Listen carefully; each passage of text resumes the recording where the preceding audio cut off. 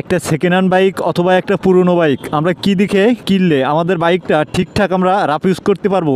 Hello everyone, কি অবস্থা সবার, কেমন আছো তোমরা? আশা করি অনেক ভালো আছো, সুস্থ আছো। বাইকের টিপস নিয়ে তোমাদের মাঝে সকালে চলে এলাম।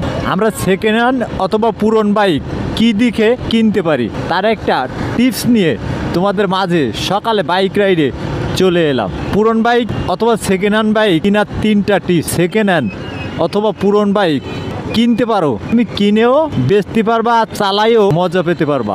টিপস নাম্বার 1, বাইকের পেপারসটা ঠিকঠাক আছে কিনা এইটা সঠিকভাবে দেখে নেব। আর টিপস নাম্বার 2, এই বাইকটা কয় হাত বদল হয়েছে। 3 নম্বর টিপসে দেখবো বাইকটা কোন জেলার থেকে কেনা। এই 3টা টিপস যদি তুমি ঠিকঠাকভাবে সুন্দরভাবে পালন করে সেকেন্ড হ্যান্ড অথবা পুরনো বাইক কিনতে পারো তাহলে বাইক তুমি কিনেও বেচতে পারবা আর চালাইও মজা পেতে পারবা।